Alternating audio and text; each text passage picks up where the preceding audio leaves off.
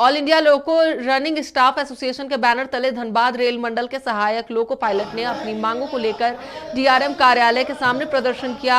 एलआरएसआ के मंडल पदाधिकारियों ने ओपीएस लागू करने की मांग की है। साथ ही 2 रात्रि ड्यूटी के बाद ट्रिप रेस्ट और पीआर लागू करने की मांग की है। वहीं ऑफ लीव में सुबह 6 बजे के बाद कॉल बुक दिया जाए, मालगाड़ी में 8 घंटे और सवारी गाड़ी में 6 घंटे ड्यूटी लागू किया जाए। वहीं एफएसडी के साथ टूल्स व अन्य उपकरण उपलब्ध कराने संबंधी अन्य मांगे की।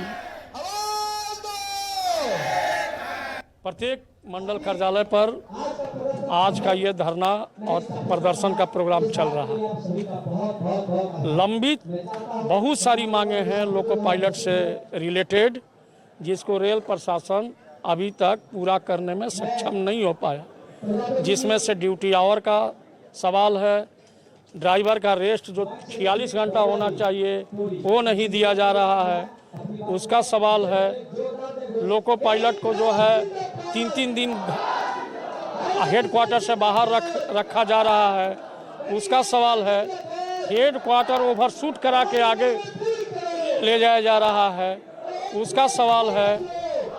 असिस्टेंट ड्राइवर का प्रमोशन का सवाल है, असिस्टेंट ड्राइवर का रिस्क भत्ता नहीं दिया जा रहा है,